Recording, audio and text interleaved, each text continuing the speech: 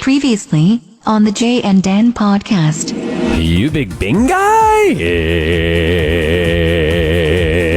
Okay, if you're calling us zealots, that's fine. You can call us whatever you want. At the same time, you're calling every Canadian actor, musician, athlete, student, Prostitute. Stripper. You know, the safest place to put used motor oil is in a clear glass bottle which Coke came in. With children around. Dad just said, here, drink some water out of the garden hose.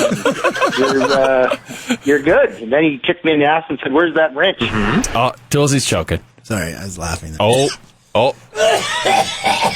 Oh my God. That's real, folks. Hey, Twitter, I don't want to follow Justin Trudeau, so stop suggesting him. I live and breathe Canada. I like the remix.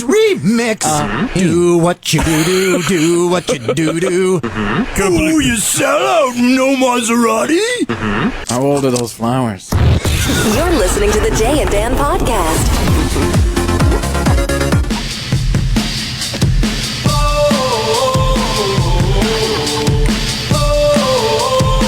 She was that girl in the corner. Dance. Wearing my glasses, everybody laughed. Dance. Every time she passed us, ever the outcast. Dance. No flavor, but who got the laugh? Stop. Dance. Keep going. Always came last. No one ever kissed her. Toolsy's getting redder and redder in the face. He's like Brian Burke over here. Enough of the doo-doo. Welcome to the Jay and Dan podcast, episode 34, brought to you by No, our only advertiser on TSN. Oh, crank it. Here it goes. I like the remix, baby. Best part is coming up, too. I like the remix.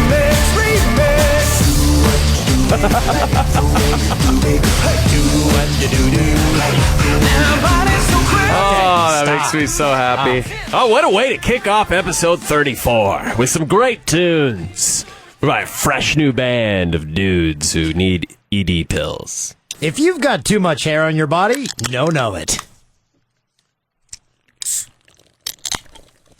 And if you want to paddle a boat around a lake with a screen door in the bottom of your boat, use the other product that advertises on TSN. What is that? It's the sealant. Oh, the one where the truck goes out into the water? The second one, he brings his truck out. Yeah, I'm just Truck. driving a pickup truck around the lake. You got a problem? Yeah, I don't need a boat. Remix. You. Who wants a tow? Why not, eh?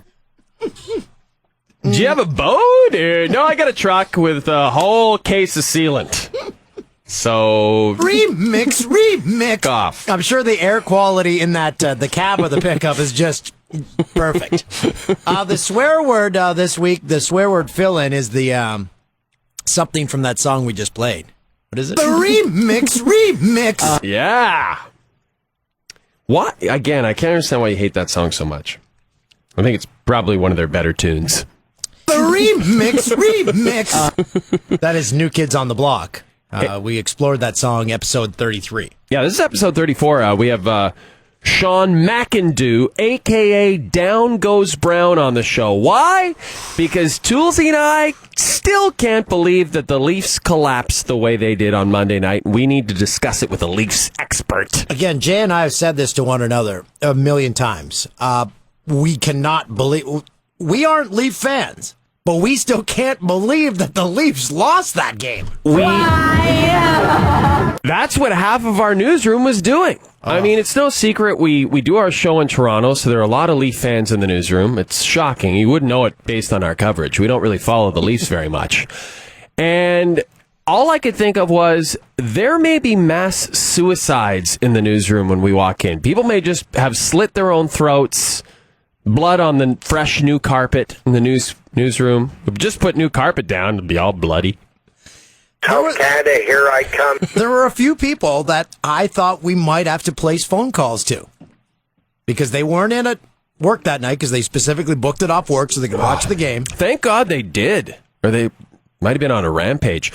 But you and I walked in that newsroom and just looked at each other like, I can't believe that happened. I felt bad. I'm like, do you say sorry? And they think you're rubbing it in when you say sorry about that. And they're like, you didn't even want them to win. You're happy about it. oh, you sell out, no Maserati? I just can't believe that they lost that game the way they did. Okay, we'll get into detail. Yeah, we're going to talk. Down goes Brown. We'll talk to him about that. Oh, and our friend Michelle Good is here with us. Michelle used to work in the newsroom with us. She was a story editor on what we call The Row. Everyone who watches the highlights and writes scripts for us. And she's moved on to bigger and better things. And she's one of your neighbors, Toolsy. Her last name's now Roebuck. It We used to still be, call her Good. Yeah, her last name used to be Good. She married some guy. And apparently when you marry someone as a woman, you take their last name. So regardless, we still call her Gooder. So she's hanging out with us. She's in the newsroom. In the news booth. The news booth. Can we talk to her, Christoph? Oh, here we go. Michelle, are you there? I'm here. Oh, there you are. How's the temperature in there? It's nice and cool now. It was a sauna when I first got in here, but it's pretty good now. See, these guys have ulterior motives. They're like, yeah, crank the heat up. Yeah. Oh, so I start taking my clothes off? Absolutely, yeah. There it is. That's how we start a podcast. Okay, we'll check back in to make sure. Okay. I'll have traffic on the ones for you. We're pretty sure Perfect. there's a air supply in there. But Yes. before you go, Michelle, you were late getting downtown because a man was trying to jump off a bridge Onto the DVP. onto the Don Valley Parkway Yes. today. Yes. Why would you choose that as your way to go out? It's a good question. Jeremy seemed to have some good reasons for it. I'm sure you'll ask him about that later. But Yeah, he'll be joining us I didn't know we too. were going to delve into the actual topic. Oh, yeah. Wow, This is almost like when we talked about Jeremy's brother a couple of weeks ago. I didn't know. But yeah, I'll look into it and I'll get back to you and see if he had some specific reasons. Maybe it was the Leafs game. I think that could very well have been He it. could have been a Leafs fan. So Yeah, it could have been one of the other people in our newsroom. yeah. Someone from Vaughan. Thanks, Michelle. Thank you. You know who is a Leaf fan? You've probably seen this commercial. Well, he's a Leaf fan because he used to be on the Leafs. Doug Gilmour. Every single day we receive a tweet, people saying, I can't believe that they only used the first take that Doug Gilmour used in that commercial. He swears in the commercial. I'm like, I got to find this commercial. And we found it. It's the Doug Gilmour tablet commercial. Coaching, and now I'm the GM of the Kingston Frontenacs. Life's taking me down different paths. The Asus Tai Chi fits them all. My Asus Tai Chi, notebook and tablet, incredible together. He does say it. So Notebook and tablet. he's supposed to say notebook and tablet, and everyone thinks he says no Remix. tablet. Notebook and tablet. Now, first of all, is that a real company? Did someone just make something up? Yeah, we're making tablets now and notebooks, so... Maybe they Notebook just and tablet. they painted the outside of an Etch-a-Sketch, just a different color. Yeah, it's a notebook, it's a tablet. It's all in one. So, supposedly there's a new version where he enunciates notebook and tablet. Yeah. Can we hear that one more time, Christoph? Notebook and tablet. And then we found... strangely, we seem to have a lot of Finnish podcast fans. Like, fans from Finland. I don't know. Maybe they just, we get along because we're both in cold climates and we like hockey and... There's nothing really else to do. Jari Curry lived here. But Esa Tikkanen, just Jake in Finland. Not really a Finnish name, Jake. But anyway, he sent us this TV commercial that Esa Tikkanen was in. Let's give a listen and see if we can decipher any of it. Mikäs farmipelaaja tää pyörii? Tarvitse kyytiä? Joo, kiitti vaan. Great job. Kato mitä tänään rillata. Finnish Lions hot dogs, wow! Ylämummo, grandma upstairs, airwave, ilman wavy, lämäri. But guys, where is the banana hot dog? Mitä ei puheessa mitään selvää. Hey, guys, where are you going? Are you serious? No problem. Okay, one thing needs to Can be you pointed tell what happened Where in is that? the banana hot dog? How does Esa Tikkanen enunciate English better in a Finnish commercial than Doug Gilmour does in an English commercial. This is what we couldn't understand. Everyone else in the commercial, so you could probably tell there was some guys, they picked up Esa Tikkanen, and his car broke down on the side of the road. They picked him up, he got in the back, and then he was looking at their hot dogs. They just happened to have the entire line of Finnish maple leaf hot dogs.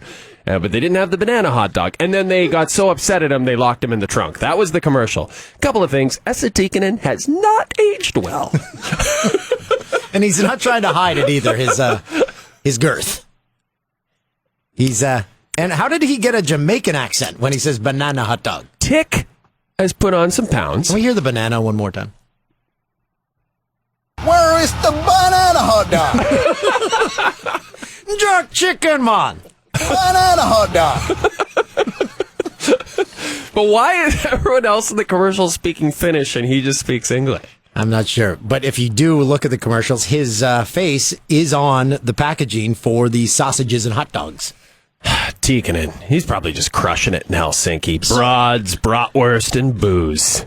There was like 3 or 4 commercials. They put him in the trunk because he's talking too much about the hot dogs, and then they go to a camp out, and they're cooking the hot dogs, and someone goes and gets him out of the trunk, and they see his rings, his Stanley Cup rings, reaching out from the trunk. He's got a few of them. In case you're listening from the States, Esa Tikkanen was a pest. A good hockey player in the 80s and 90s. He played for the Blues, Rangers, and Oilers? Did he play for other teams? Let's look it up here. That's what the interweb is for. Rangers? Yeah, I said Rangers. Blues. He played for the Blues, I think. Tick. He was a good player. He was a little pest. Okay. Where is the banana hot dog? Okay, we have another thing, too. Oilers. Yeah. Oilers, Blues. Rangers. Devils. Oh, Devils. I don't remember that. Canucks. What? Rangers. Capitals. Rangers. Essen Mosquitoes. He played Little League Baseball? But he began with the Regina Pats. We were just in Regina. Oh, boy. Can we hear a little... Now, Jay and I were there to host a Ducks Unlimited dinner. It was a huge event. It was the biggest Ducks Unlimited dinner in Canada. We came out dressed as Duck Dynasty, and we drove one song into their head because we played it 7 times. I mean... We were under the impression everyone had already heard it, and it was a huge #1 smash hit on Regina radio. But for many, it was the first time they heard this. Regina, experience Regina. Regina, experience Regina. So we kept cranking it on stage. We're like, everyone! And everyone's just looking at us with a blank stare. Experience Regina. It was a very interesting event because there was a lot of guns. It was a Ducks Unlimited event where Ducks Unlimited, the premise seems to be preserve the wetlands so that the ducks can come live there and we can murder them and eat them. That's right. Which I like. I'm fine with that. You got to keep the population down. It's like tempting someone with a big feathery bed. Look, it's so comfy here, and then you eat them. In bed? That's a weird... Come lie in this bed. Now I'm eating you. Well, if you're Hannibal Lecter. Come into this bed. That new Hannibal show is awesome, by the way. I haven't seen it. It's on CTV, I think. And is it? I think it's the only show they've got. Hannibal, it's all we've got. No, but we had a great time in Regina. And again, I have to say, Toolsy, you were right about the Hotel Saskatchewan. What a great coffee shop that was in the Hotel Sask. You made fun of me. Coco. Yeah. It's the name of the coffee shop. Real Best nice. Vanilla latte I've ever had. So I've only been to Regina twice. I've only been twice. So the last time I was out for a Regina Rams dinner. Yeah. I stayed in the same hotel. I returned for my second visit, stayed in the same hotel. Not only that, in the exact same room. Well, they think it's the O'Toole suite now. That's right. They're like, Dan wants his usual suite. I put up family pictures now in the place. Justin Trudeau wants that suite. Sorry, it's Dan's suite. I made Weston Dressler's bed. That's what someone said. If we go back for a Grey Cup, we got to find her. But she's in Calgary. She's at a Calgary Sheraton, I think. But she's from. Yeah, she's from the Giant, I think. Oh, they got a new area code in Saskatchewan. It was a big deal that day. So they had to start 10-digit dialing, too. No, these are real things that actually this actually occurred the day we got there. It was very exciting. It was true. And then we, what a great night. My favorite was they took us to a pub called McNally's after. It was a fun time. But, we're all sitting there having drinks, and then this one guy comes up to us, and I didn't realize he was the manager. He kind of comes up to us. He's like, "Did you guys have a good time at McNally's?" And I'm like, I look around to everyone who took us out. I'm like, "Did we go to McNally's tonight?" He's like, "You're in McNally's right now." I said, "Well, then I'm having a great time. I think it's an awesome place." Who asked that? Wouldn't he say, "Are you having a fun time right now?" That's what I mean. Why wouldn't he just say, "You having fun? Hey, I'm the manager. Are you having fun at my bar?" No, he referred to McNally's like it was in the third person. That's like someone once came up to me at an event. This is like years ago. They're like, RJ Broadhead? I'm like, yeah. I'm like, what do you think of him? I'm like, he's a great guy. He's really nice. I'm his cousin. Like trying to goad me into saying something bad about the guy, which I would never do. Yeah, you would. Well, who does that? A remix does that. A remix. Man. And we met our new coworker at Fox, Julie Stewart-Binks. That's right. I did tell her that she's invited to all O'Toole barbecues. So she works at CTV Regina, and she will be joining us at Fox. So is she going to move in with you and your family, Toolsy? Oh, that's going to be a scandal. Now, I still think all of us, including producer Tim, because he's part of the deal, should live in the same house because only hijinks can occur after that. Yeah. I like that idea. I think it's good. And this could be the theme song right here. Regina. Makes no sense. We're in LA. Regina. Experience Regina. Regina. Experience Regina.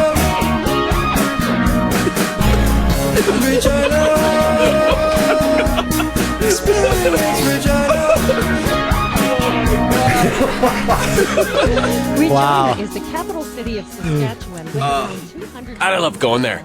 And then at the end of the night, we went to Nathan and Crystal's house. They were with the group that hosted us. God, if that wasn't one of the nicest houses I've ever been in. What a beautiful home they had. They built it. The best part about it, they had a bubble hockey game. But no, the best part about it was classic prairie night after the bar. They fried up pierogies right there for us, like a ton of them. Just a pile of pierogies. Everyone just dived in. It was fantastic. Did I mention the bubble hockey game? Yeah, you were big into that. We once had a bubble hockey game brought into the TSN area. What is that like a remix?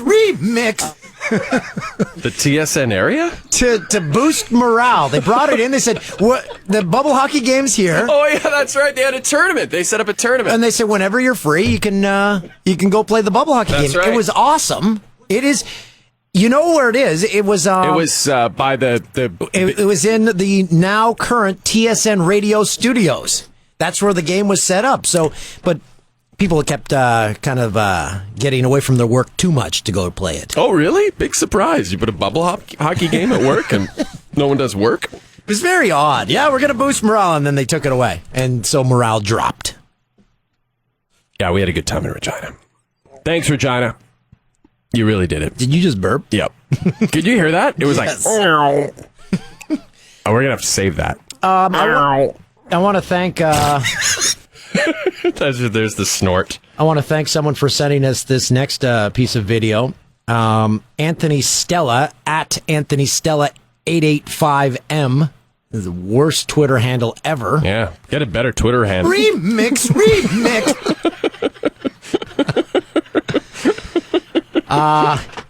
Hey, Dan, thought you might enjoy this Stranger Danger video. Oh, my God, this is amazing. We watched this at work last night, and not only do we enjoy it, we can't stop watching it. So the premise is they're warning kids on, hey, what to do if a stranger approaches. So, hey, the intent is very noble. Yes. Okay, hey, we're all in favor of the intent here.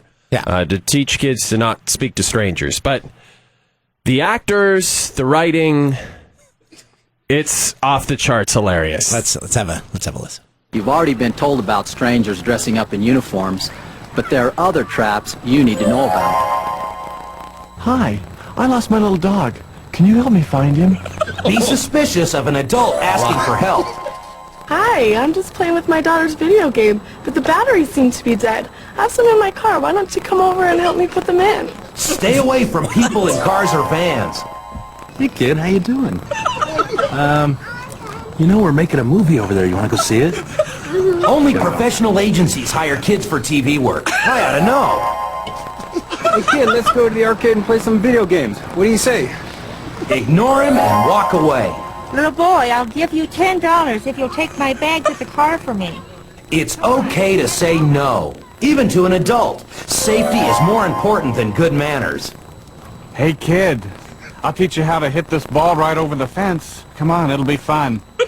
Trust your own feelings.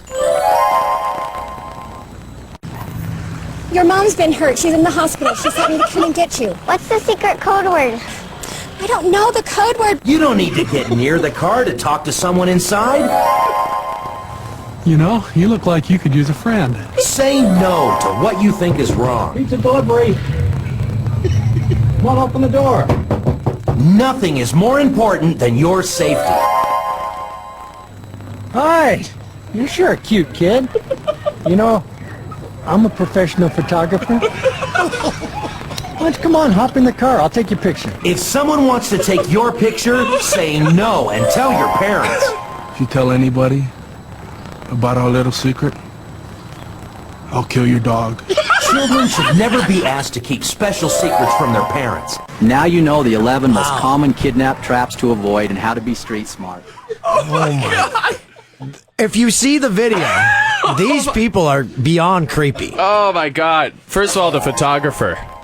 Oh, now we have a few isolated ones. Okay, so Christoph, which one are we going to start with? The photographer. Let's start with the photographer again. And this guy in the video is the creepiest human who ever walked the face of the earth. Hi. You're sure a cute kid. Go back to the hi. Hi. You're sure a cute kid. I'm a professional photographer.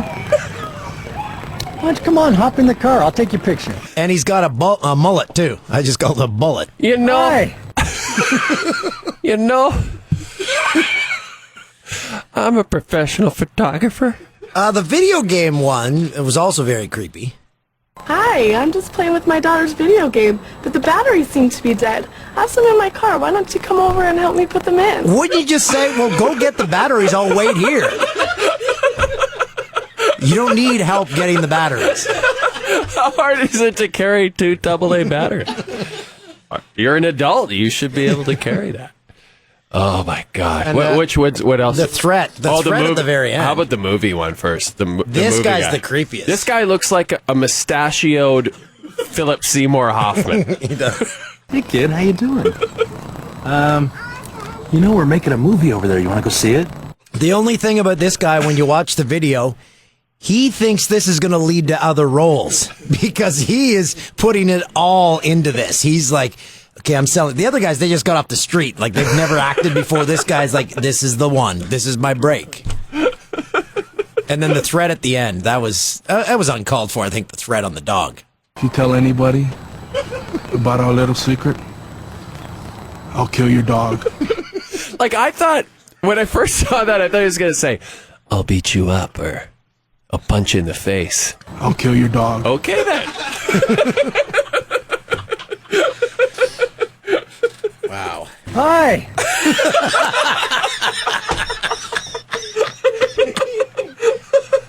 Come on, it'll be fun. That one sounded like Taggart. Come on, it'll be fun.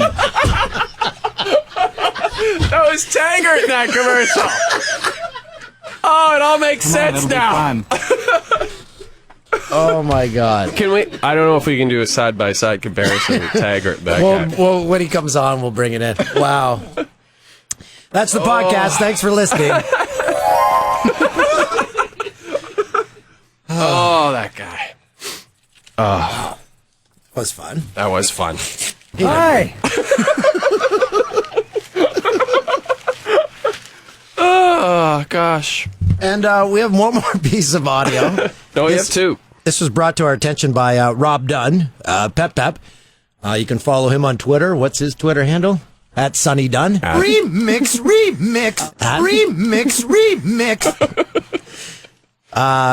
He brought this to our attention, a goal call from the World Hockey Championship. Back to Ullmann, and then he scores! The equalizer for Germany! It's a Christian Ehrhoff, the captain. And his second goal of the tournament, 2 goals to assist for the Buffalo Sabres defenseman, Christian Ehrhoff. Is that Esa Tikkanen? Banana sausage? Banana hot dog, man. Where is the banana hot dog?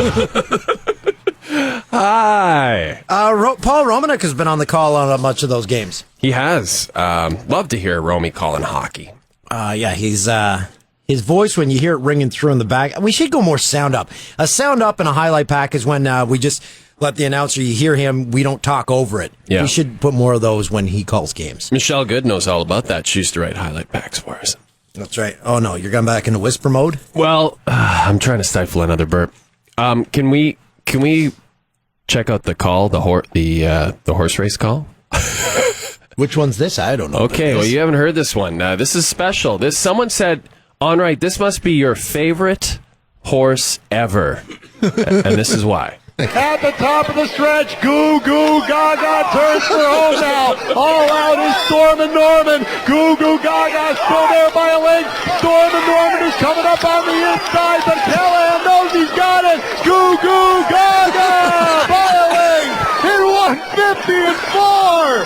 That's not even possible. Goo Goo Gaga. Goo Goo Gaga. That brings us to something Jay once said on a podcast. Goo Goo Gaga. In which he discussed how a older child of one of his friends wanted to suck on his mom's nipples. That's right. He wanted to specifically kiss his mom's nipples. Oh, kiss on them. Yeah. So Michelle just had a son a couple of years ago. So Michelle, that's what's in store for you. Your son wanting to kiss your own nipples. I can't wait. Goo Goo Gaga. I'm really glad that you brought me in at that point. Yeah, exactly. That's awesome. How's the oxygen supply in the news tank? It's good, but I have to agree with you. That stranger danger video, I thought that one guy sounded exactly like Jeremy. As soon as I heard it, I was trying to get your attention. I was waving my arms, trying to say it sounds like Jeremy. Come on, it'll be fun. Yeah, exactly. Oh no, Taggart's not going to be happy about this. Can we, at some point, we do this little intro stings to different segments. We have to use that for Taggart Tales from now on. Come on, it'll be fun. We do have a new intro that's been pre-produced. We haven't heard this yet, but you keep talking about my mangled childhood, so we figured we should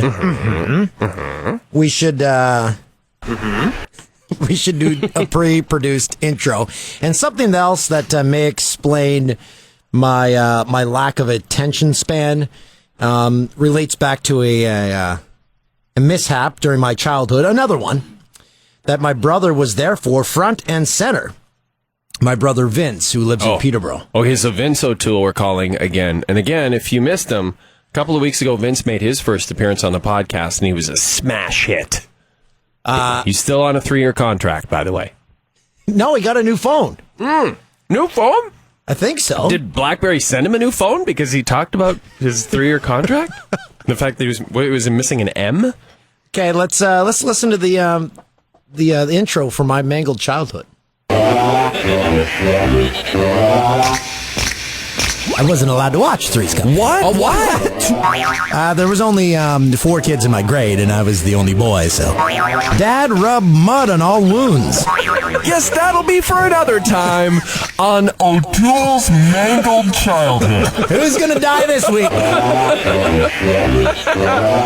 was great. That was great. Good job, Christoph and Mike. So Vince once coached me in baseball. He coached local kids, the Assumption baseball team. Oh. And something tragic happened at one of our games that I was a part of. Vince, do you care to divulge what occurred? Yeah, I was 17, coaching a 12-year-old's baseball team, which I don't think would fly today. I'd show up at the ballpark and Chris Matthews would be there. So, baseball player 119. But it was, and all these parents just left their kids with me. And Dan was outside the warm-up circle. This sounds like a stranger danger. I was stranger danger. And Dan was outside the warm-up circle, just walking around, and a kid swung the bat and just cracked Dan right in the forehead. So as someone was getting ready in the on-deck circle, I was checking out birds in the trees, and he knocked me unconscious. But Vince, being the great coach and brother that he is, you abandoned the game, didn't you? I did, and the parents didn't want me to let me take you to the hospital. They said, no, we'll call his parents.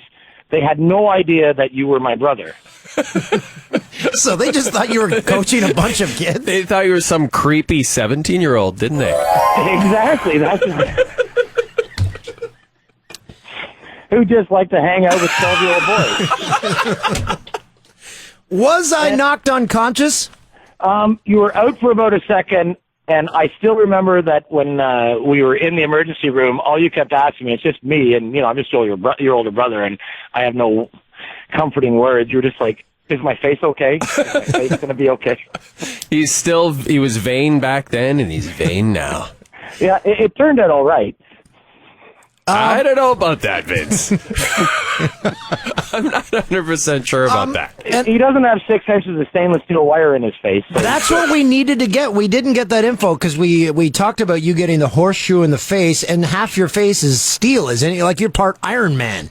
Well, it is. They wrap the stainless steel wire, and then the weird thing is that the only way you can tie knots in it is outside, like on the outside, so I can still feel the knots underneath my eyeball. What? Whoa. You can feel metal in your face? Yeah. Oh, God. It's a good party trick. Hey, feel my face. Come check out my eyeball. Oh, my God. And, that's awful. Did you get a new BlackBerry? I did. I got the Z10, but I think there's some interference here in my garage. Does the M work on this one? It does. It's just I have trouble hitting it because it's all touchscreen. Oh, yeah. How did you get out of your 3-year contract? I had to re-sign a new one. So you're locked in for like 6 years now. Well, I think it starts the day you start the new one. It's awful, and they're still billing me on 3 accounts. What? Well, they should be sending you a free BlackBerry after you gave them the plug on the last podcast. That's my opinion. Oh, I doubt it. If Ted Rogers was alive, I'd kill him. Great. Whoa. Wow. Well, he probably deserves to die. Sorry.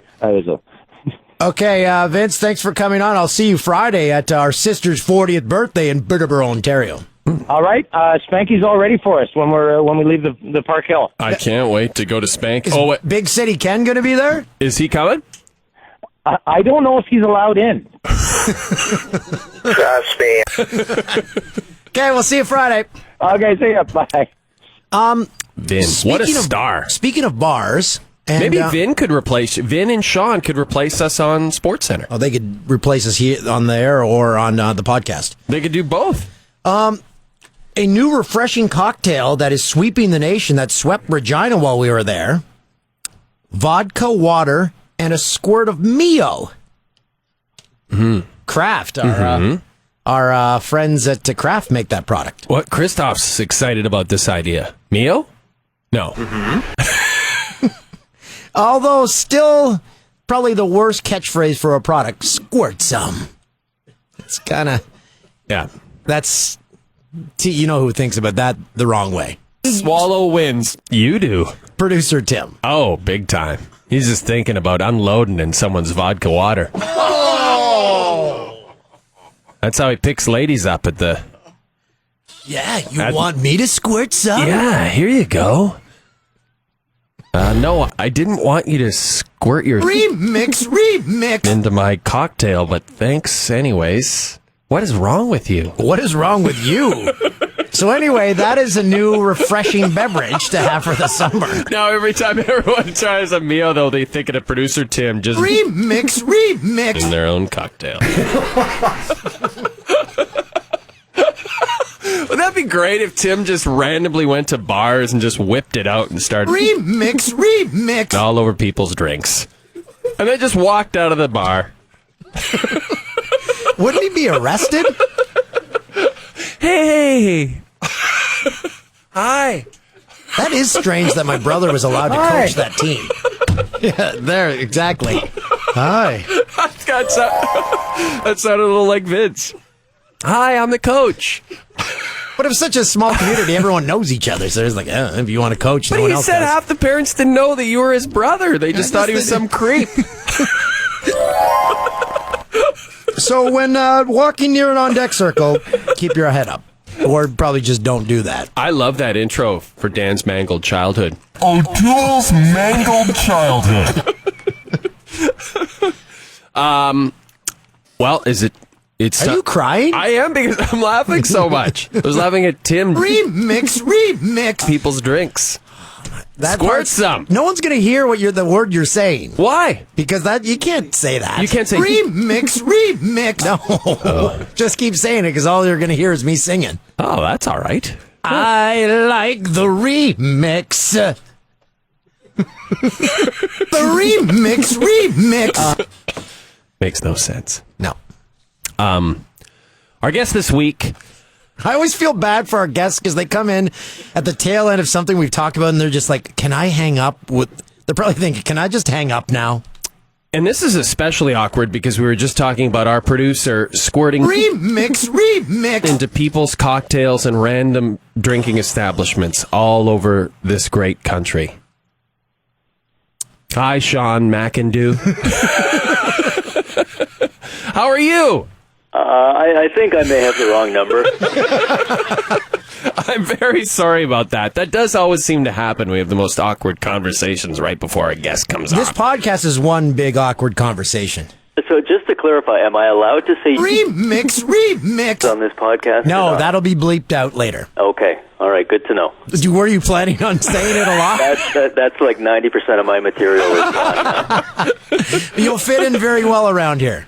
How are you? First of all, you are known as Down Goes Brown. Just for some of our listeners in the U.S. and also apparently in Finland, where we seem to be big, can you just explain your nickname to us? It has something to do with the Joe Bowen call, I believe. Yeah, exactly. This is it is the name of a blog that I've been writing for going on 5 years now, and the name is pulled from a relatively famous Joe Bowen call. Joe Bowen being the radio voice of the Maple Leafs. He's a very enthusiastic guy, tends to get very loud when something exciting happens with the Leafs. And about 20 years ago, there was a fight between Sylvain Lefebvre of the Maple Leafs and Rob Brown of the Chicago Blackhawks, and Sylvain Lefebvre won the fight.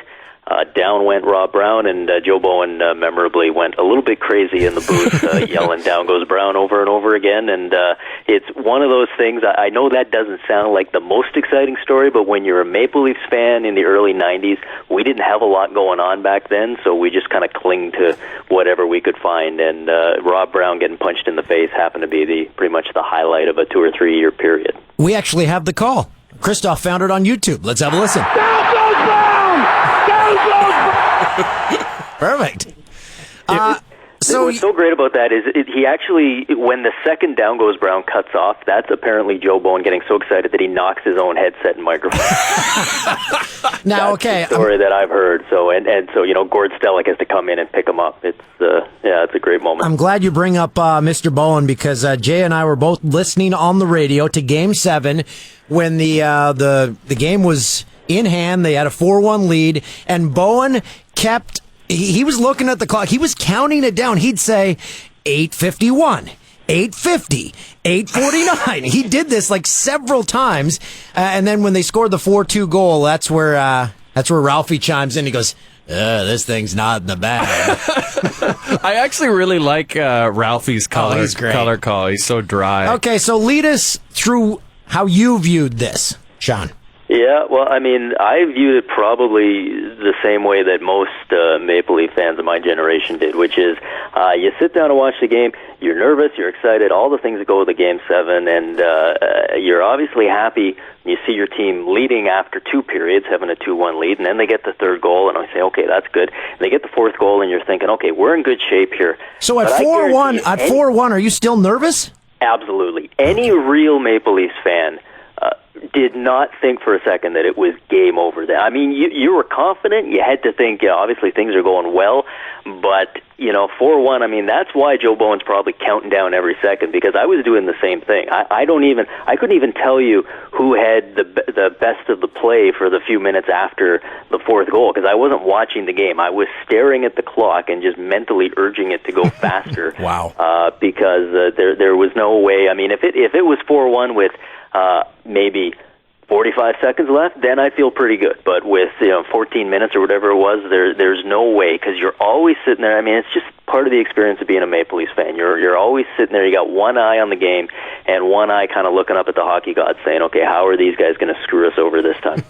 We had it number 2 already on the top 10 Leafs, or I was just Toronto sports heartbreak moments in Toronto sports. It's already number 2, and you know what number 1 is? It's the Gretzky high stick. Do you agree with that ranking? Was the Gretzky high stick higher for you? Was this more devastating because they were so close? Yeah, I mean, it's always tough, because the old ones you always look at in hindsight, and you can go back and realize what happened. Like the Jeremy Roenick goal being a good example of that. At the time, it wasn't that bad. I mean, you got eliminated from the playoffs, but nobody knew that it was going to be 9 years before you got back, and it just took on a life of its own over that time.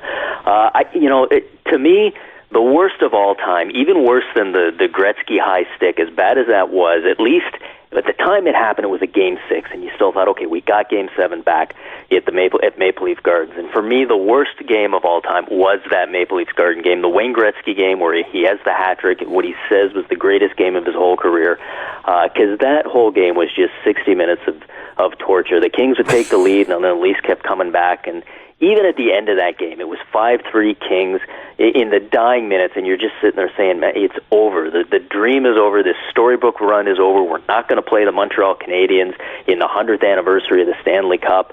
And then the Leafs score with a minute left, and you kind of pop back up in your seat and go, wait a second, maybe we really got a chance. But no, that was just the hockey gods saying, okay, let's give these guys one more kick in the stomach before we finish them off. Now, this latest piece of heartbreak, as an outside observer, I've stated before, I'm not a Leafs fan, but when I go back and look at the highlights of how they blew this 4-1 lead, I keep looking at them like, well, I'm breaking down every play as if I was a Leaf fan, saying, why is this guy doing this? Why didn't Grabowski just shoot it into the corner? Like, there's so many things. As a Leaf fan, is that what you're doing, or are you just blocking it all out of your mind? Are you going back and looking at the highlights over and over? I haven't done that yet. I haven't had the strength to actually go back and watch the highlights. I didn't even watch the highlights on on SportsCenter afterwards. I had to look away.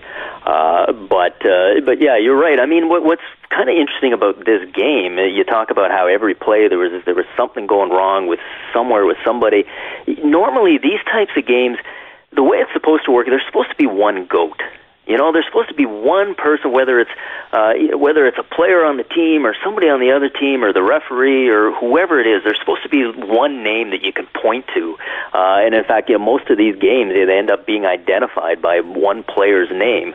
And in this case, that didn't really happen. It wasn't like there was one Maple Leafs player that you could pin it on. It was a team effort. And in a way, it's kind of fitting, because their whole season, there was never one player who kind of took control of the whole team. It was always a team effort. And right up until the last couple of minutes of the disaster, it was a team effort all the way.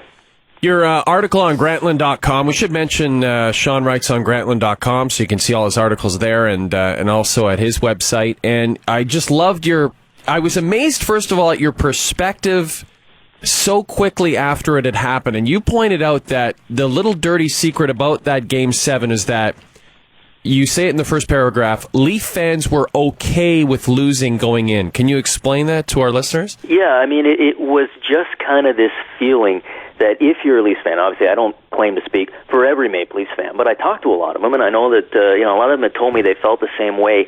You kind of went into the game, the way that the season had gone, the fact that they had ended the playoff drought, the fact that most experts didn't think they were going to make the playoffs this year, and then they finish much higher in the standings than they were expected to. And then you pull the Boston Bruins as your first-round matchup, and everybody goes, okay, well, we know the Leafs can't beat the Bruins, and they fall behind 3-1. Everybody says series over. They fight and claw back. They force a Game 7. At some point, you're sitting there as a fan saying, we can't lose here. I mean, the team can lose, for sure. The players can lose, but as a fan, you're sitting there going, you know what, even if they get blown out tonight, or even if they lose a heartbreaker 1-0, we're still going to feel pretty good about the team and feel pretty good about the season, and it's going to sting. You didn't want to see the team lose, obviously, but I think that the metaphor I've used is you felt like it was like being at the casino when you're winning and you're gambling with the house's money. You want to keep winning, but you know you're going to feel pretty good when you eventually walk away. And you're just sitting there going into that Game 7, and I've had other Leaf fans say the same thing to me, that they were sitting down going, I'm prepared for anything. I can handle anything this game throws at me. And like I said, as a Maple Leaf fan, as soon as you get into that zone, that's when the hockey gods look down and go, okay, you think you can handle anything? Well, why don't you try this? Well, and this is just it. I mean, has this, for a lot of Leaf fans I've talked to, it's just as you said, if it was a 1-0 loss, if it was a 5-0 loss like the Capitals to the Rangers, for so many of them, I feel like it would have been so much easier to digest. Now it's almost like this has ruined what was otherwise a pretty successful season for this team. Yeah, I mean, it in a sense it does, because at the end of it, whether it's next year or 5 years, 10 years, 20 years from now, whenever anybody talks about the 2013 Maple Leafs, they're going to talk about that game. That's going to be the first thing that gets brought up. And that is what Maple Leaf fans are going to have to hear about from all the fans of all the other teams who love to kick dirt in our face when we're down. They've got the ammo now, and there's no question it's ammo, and it's pretty good ammo, and we're going to hear all about it. And it was just you could handle a typical run-of-the-mill loss, but this is one of those games. Like I said in the post, it's one of those games that people remember for years and years and years afterwards, and you remember every detail of it. And that was the one type of game that, as a Leaf fan, you didn't want to see, and so of course we got stuck with it. The way I viewed it, if I was a Leaf fan, once they tied it and they were going to overtime, I viewed it as the 2010. When Canada was going for gold against the United States, they led. U.S. tied it late. They went to overtime, so they won it in overtime. If they had just won it in regulation, yeah, it's great. But they win it in overtime. You're like, oh, this is really great. So Leafs fans, I was thinking they'd get that same feeling. Yeah, we won 4-1. It was great. But we won in overtime. It just that added feeling. But it didn't pan out that way, so I'm sorry. It didn't quite. I mean, yeah, and there was that thought in the back of my mind. I mean, when the way that the third period unfolded, going into the overtime, the intermission, you're sitting there thinking, well, I mean, we're dead. There's no way. I'm not a huge believer in momentum, but I do think it plays some factor, and there's never been a game where one team had more momentum going into an overtime than the Bruins did in that game. And it was one of those situations as a fan where on the one hand you're sitting there thinking, oh, there's no way we're going to win, and then you're getting mad at yourself for feeling like that, but there's that voice in the back of your head going, oh, maybe this is how this generation is going to get its Nikolai Borshevsky moment. Clark shoving it to the corner. Out front again, Rouse! Scores! The Leafs win it! The Leafs defeat the Detroit Red Wings in overtime. This has been an unbelievable turn of events. The Leafs march on. That Game 7 overtime that everyone remembers, and there was just that small part of me that had talked myself into that possibility, and of course that had to be crushed right out of me within a few minutes. Sean, you are one of the... we should also mention you have a book out, The Best of Down Goes Brown, so you can get that on Amazon.ca, so we can't forget that. But you're also one of the most prolific tweeters, and you even tweet for the network. You tweet for TSN on the Wednesday Night Hockey. When they approached you with that idea, were you skeptical about that? Because suddenly you weren't just tweeting for fun, you were tweeting for the man. Yeah, exactly. It was a nice opportunity to sell out a little bit. And when we started doing it, it was actually during the lockout when they were replaying some of the old games, the Team Canada, the Olympics, and World Juniors, and that sort of thing. And then we kind of transitioned it into the season. It was actually a lot of fun. I mean, it was an interesting challenge for me because I'm one of those guys where I tweet when I have something to say. I don't force it. If you follow me on Twitter, you'll get 10 or 12 tweets from me in an hour sometimes, and sometimes I'll go a few days and not say anything because I don't have anything to say. And to actually sit down and say, okay, I've got to come up with something tonight, and who knows what kind of game we're going to have, and it could be a dull game or it could be something fun. But as it turned out, we had some pretty interesting games. I mean, getting to live tweet the Erik Karlsson severed Achilles game was a lot of fun and made me many friends in the Ottawa Senators community. Sean, we thank you for coming on, and best of luck in the off season and trying to rid your mind of what occurred in Game 7. Yeah, thanks very much. I wish I could say I'm confident that's going to happen, but I'm not sure. All you have to do is listen back to this podcast to the part where we were talking about producer Tim remix and people's drinks, and that'll just erase everything else from your mind. I can think of no better metaphor for what it's like to be a Maple Leafs fan. Thanks, Sean. Thanks, guys. That's Down Goes Brown. You can follow him on Twitter. You can read his book. You can visit him at grantland.com. He's everywhere. The guy's a good writer. Excellent writer, actually. I agree. And specifically, check out his column on the Leafs this week. It was outstanding stuff. Hey, TV theme vault, Toolsy? Let's do it. Oh, this is one it came on in repeats the other day. And I forgot what a great theme it is. It's a Canadian icon. I refer to the Trailer Park Boys all the time, especially Bubbles and Ricky and Julian. I actually referred to Ricky the other day on SportsCenter, saying Ricky from the Trailer Park Boys is a better option than Ricky Romero right now for the Jays. So it got us thinking about the Trailer Park Boys theme.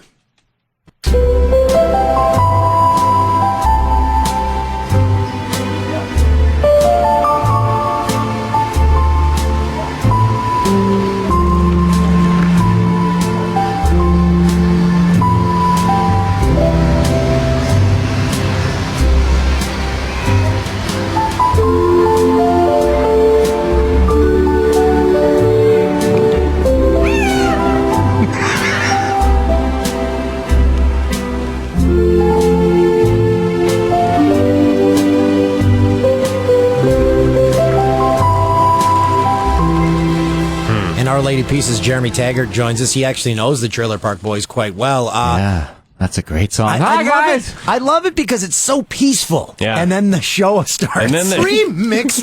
happens. It's a remix. Storm. It's like, again, it's like a nice friendly sign to a crappy place, like my old apartment. It's up in Weston. You know the ones, Gentile?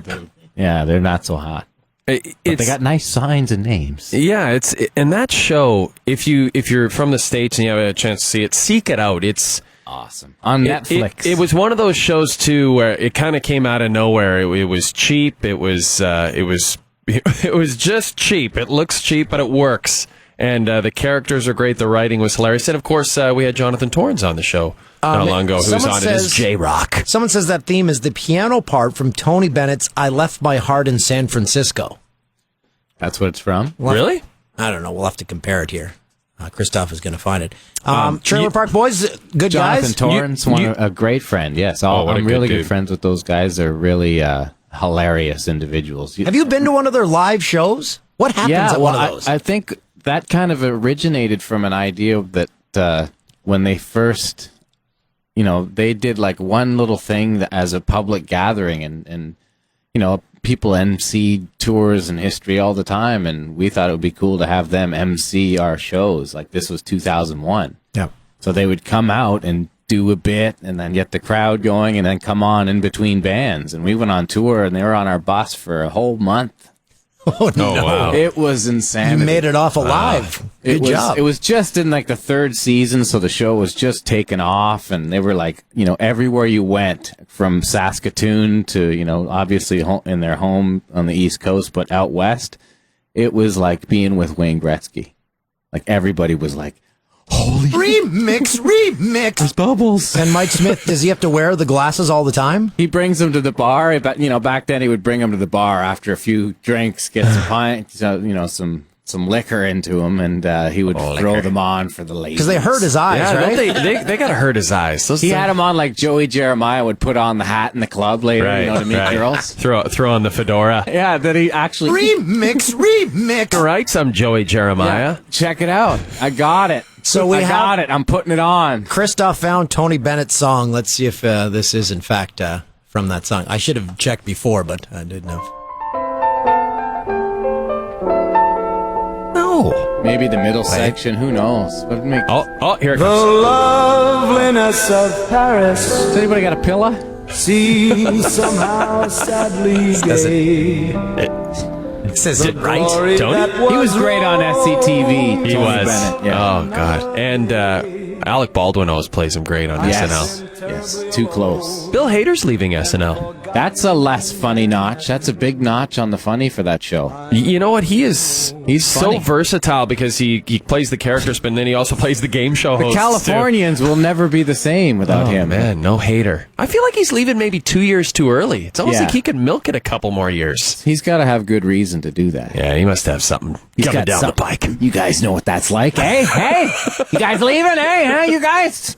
We're not going anywhere. We're sellouts. We're staying where we are. Oh, this place never leaves. That answer was wrong. I found a different answer. The theme song is by Blaine Morris and was written after the birth of his daughter. The song was originally titled Breeze, but is now called Trailer Park Boys theme. So whoever said the Tony Bennett thing can go to hell. Idiots. Watch out on that wiki. You never know what you find on that.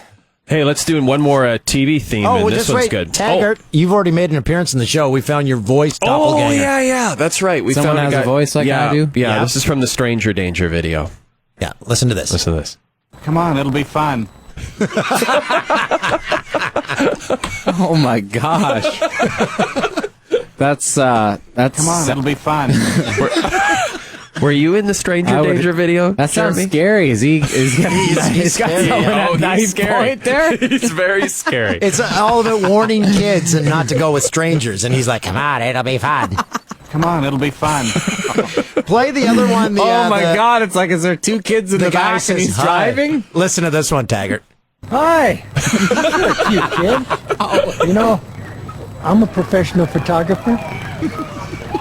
Why don't you come on, hop in the car? I'll take your picture. Why don't you come on? You sickos. What is this? Just wait. There's another thing where the kid would say, well, you can't get very good pictures in the car. Wouldn't you take them where there's like more room to Well, no, maneuver? he's going to take the kid to his studio because he's a professional It reminds photographer. me of the Different Strokes episode when they remember the episode that was where creepy. they made the guy's like, why don't you guys take your shirts off? It's a little hot in here. And the laugh track is like people are laughing during this. Yeah. Danny Cooksey. Poor Danny Cooksey, the little red-headed kid. He's got to deal with that. He got diddled. Oh boy. Wow. What? Wow. No, I mean, I didn't. Too far. You guys want to take your shirts off? It's a little hot in here. Hi. Come on, it'll be fun. That's too convincing. Let's lighten the mood a bit by our next TV I hate theme. those kind of I guys. think the mood's pretty light. Don't you hate those kind of guys for real though? I'd like to beat one of those guys of course. up. We hate them, but remix. But these guys are just actors. Can we give a little bit of gravy to this sauce? They're totally actors. At Victor Van just tweeted us, are you guys coming to Regina soon for a ceremony or something? Yeah, we were there, but you missed us. So this one's a part of all our childhoods. Ceremony. This next TV theme. Hocus pocus, Alan Today's Focus. special. It's for everyone. Today's special. Come join in the fun. With magic everywhere. A world for us to share. And friendly faces hoping that you want to meet us there. For today's special, it's about to appear. It's about to appear. Today's special, shout it loud and clear. Today's special. Come on, it'll be fun. Hey, wasn't this Wasn't this the one with the guy in the suit that became to life and he was weird? Kind of like I remember this. It was just old enough to stop watching these kind of shows. I did not watch a single episode. Michelle Good watched it. It was Canadian, I did right? watch that show. He was a mannequin. Yeah, that's right. And he came to life when Muffy the Mouse said that hocus pocus alamagocus. Yeah. That's what I used to call my girlfriend. Remix. Muffy the I'll Mouse. be out of here now. What? Jay's working blue tonight. I know. What? No. Every word you say on this podcast this week is going to be beeped. Why do you got to work so blue? And we just quit our jobs to take new jobs. Now we have no jobs. Watch out, L.A. Here comes the dirty talk. Here comes Carlin. You're like the guy. And we're talking about a children's show, right? Yes. Yeah, that's what I thought. You're like Bob It's their, Saget. it's their fault for calling him Muffy the Mouse. That was a girl. Oh, okay. Yeah. He was That's just okay then? No, it's okay. I remember this show, like, they would bring this, the kids would get together on the rug and watch this at school. Yeah, it was a TV Ontario show from 81 to 87. It also ran on Nickelodeon and the Faith and Values channel. Oh, I like that channel. As well as many PBS stations. It was set in a department store based on the flagship location of the now defunct Simpsons in Toronto. Oh, really? Many sequences for it were shot at the Queen Street West and Yonge Street store after hours. After hours. Oh, dirty jobs. They probably, someone was getting some big bucks. Someone was making a big dollars on that show. Hey, we'll just come in here at night. We won't say anything. So, yeah, A couple of the guys working in the shops. Oh, my God. That Jeff was the guy. We got a set. Look at these keys. We got a set. So Jeff was the mannequin with the magic hat that makes him come to life when someone says hocus pocus alamagocus. Cocus. Okay. You know that the band A Perfect Circle, they recorded their whole first album. Wasn't that the Tool guy? Yeah, they recorded their whole first record under the dime of Guns N' Roses because Josh Freese, the drummer, was the drummer for Guns N' Roses, and they were never there at this, Ocean Way beautiful studio. Oh, so they booked studio time. They'd go in and record every day, and they ended up doing their first record there. I like that. For free. That's On the Axel dime. The first Perfect Circle album was actually pretty good, I thought. Absolutely. It was a great record, but that's it. They did it on that dime, just like this situation here. Yeah. We're doing on Bell's dime? Today's special. Oh. Today's special. Like they're doing it at night at Simpsons. Hi. Hey, let's just go in here. We got a beautiful set. Don't tell anybody, all right? Give the night watchman $20 a night. When you think about it, why don't more Canadian TV shows do that? Probably legal reasons. Yeah. Security. Maybe. Lawyers. Stranger danger. A lot of people probably stealing. Yeah, maybe you're right. Okay. Can we hear a Taggart's tale? And I understand. Hey, whoa. Oh, what? How about this? Look who they just asked me to follow. Down Goes Brown? Our Lady Peace. Twitter just asked me to follow Our Lady Peace. Nice. There you go. Are you running that? Yeah, are you running that? Yeah, we run that as we have an alias that runs it for everybody, but we all have our 2 cents. You all pitch in? Sure. I've That never must be been in the weird, same though. room as someone that had asked me to follow that I'm actually in the same room. Thank God Justin Trudeau's not here. Justin Trudeau's following you now? No, they asked me to follow Justin Trudeau. It's just a long story. What do you think Justin Trudeau would tweet? Do you like that commercial, guys? How dare you? I wear tank tops. Check out my... The question is not why does Justin Trudeau suddenly not love his country, because the question is ridiculous. I live this country in my bones every breath I take, and I'm not going to stand here and somehow defend that I actually do love Canada, because we know I love Canada. Could you hear the music cueing? I love it. Because my dad hung out with everyone. Because I saw Mick Jagger in my living room when I was 6. Mick Jagger! Remix! My mom! I love Canada. It wasn't a kid. Maggie had them all! Was it Richards or Jagger? Everybody. She banged them all at Studio 54. I believe it started with Ronnie Wood. Oh, and then it went to Mick. This Ron Taggart is describing what happened to Maggie Trudeau in the late 70s right now. Speaking of which... Can I have a go? Can we hear Ron Taggart's take on the Leafs Game 7 loss? Is that what the story is about this week? He could care less. I was upset. Oh, okay. But, he did quit cream in his coffee this week. We talked about the cream earlier in the year of this story, but my mom said that they live up in between Huntsville and Bracebridge, so they're up north. So during that big flooding that they had recently, they were kind of stuck there for a few days. They didn't have any problems, but they ran out of cream. And my dad, instead of, I don't know how he would have gotten cream, but there was no chance of it. So he just went to the fridge and put in cold water from the Brita like it was cream. And sat down and that's it. My mom said she went and got cream a few days later, and ever since he's stuck with the water. He's going. What? Yeah, he just puts a little bit of cold water in there. That is so weird. From the Brita, like it's like the routine of the cream. Maybe that's the way you think. It's kind of like an Americano. A little cool water in there. Might as well be a fruit smoothie. Might as well be a vodka water with Mio. I'll tell you, he's all set. He's not going back. It's been like 3 weeks now. Wow.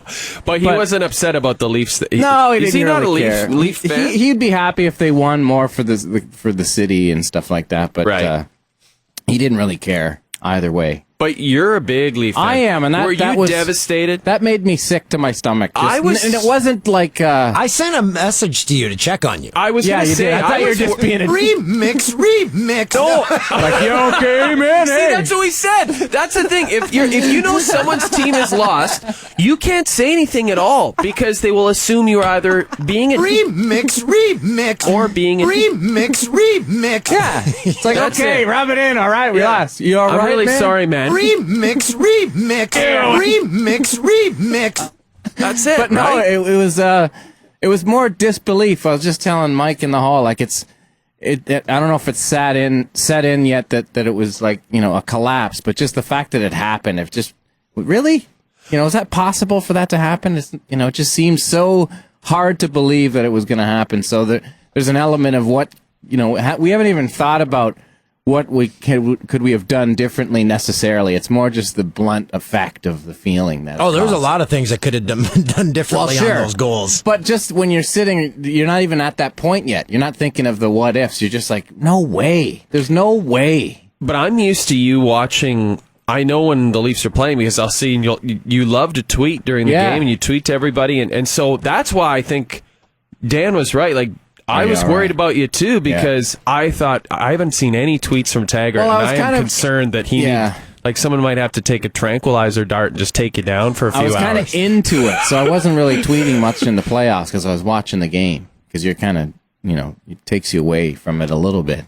But I found myself to be really just encapsulated by watching the playoffs and not talking about it as much. But I was really floored, absolutely. It was stupid. It was a really sad sack thing to happen. I'll tell you what'll cheer everyone up. The Taggart tale? No, we just did that. Oh, I could do a good one, a real one. Yeah, that was great. I'm an old man. Oh my God, that was loud. What is that? That's Dan being old. No, I could tell you a real one. That was just kind of like a fact of last week. Because I like that one. one. You gave me a preview of what you were going to talk about. Yeah, no, I did. Yes, that's right. Oh, okay. And I also did. Yes, I gave a pre-idea of what happened was this was back again, and when I lived on Damask, which is right behind Galati Brothers by Weston, just south of Finch. There. This is the Toronto area. North Toronto, and. My dad was having the beginnings of a toothache, and he had a full dental plan with Sears and everything. And he's basically kind of just sitting with his like the thinking man, that pose of his chin, like his fist right into his jaw, and just kind of resting on it and sitting there on the couch and on the chair. And we're like, "Are you okay?" And he's like, just kind of groaning. And then it started to get really bad, and my mom's like, "Ron, you have to go to the dentist. You have to go in. You have it." And he said, No. And he's like, "No." As in, like, that's, I'm going to deal with this. Forget that. And to be honest, like, it started to abscess, and Next thing you know, he's like at the sink with his head in the sink, throwing cold water at his mouth and going just like, as the water hits for like 12 hours. We're like, Dad, we got to go to the dentist. He's like, ah, just growling. And for about, 18 hours, to the point where the next day my mom's like, you haven't slept, you haven't gone to bed. We have to take you to the dentist. And finally they went to the dentist and he was told, like, got taken care of. But literally he was just angry and just in this pain enthralled madness for like 20 hours or so. It was nuts. Doesn't sound like any fun at all. Not at all. Hey, is this? I got a toothache. Is this your dad I got here full on your benefit. Twitter page?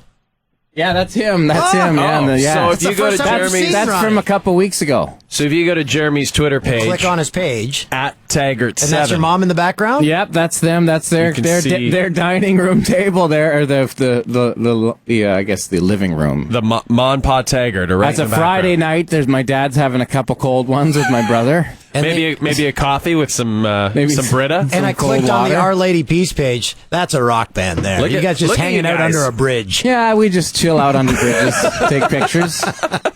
Let's get together. Where are you so guys? many bands Under get the pictures bridge. taken under bridges. Yeah. Oh, speaking of bridges, you were the one who saw the guy hanging from the bridge today. Did we find out what happened at all? But I don't know if we did. It was What? In case something bad happened. on the way south on the DVP, there was a guy standing on the other side of the bridge, about to threatening to jump into traffic, and it was You drove underneath it. Drove underneath it, and like, this is really too much right now, and I'm just driving downtown. And then You just wanted some sushi. right behind, yeah, That's I all just you were wanted to looking see for? I wanted to see my buds, have a couple of some fish, And a Diet Coke? a diet Pepsi. Diet You ordered Yeah. a Diet Pepsi. Sometimes sometimes I'll have just a straight up soda with lime, but tonight I went with the Diet Pepsi. That's the first time I've been at a restaurant where someone actually ordered Pepsi.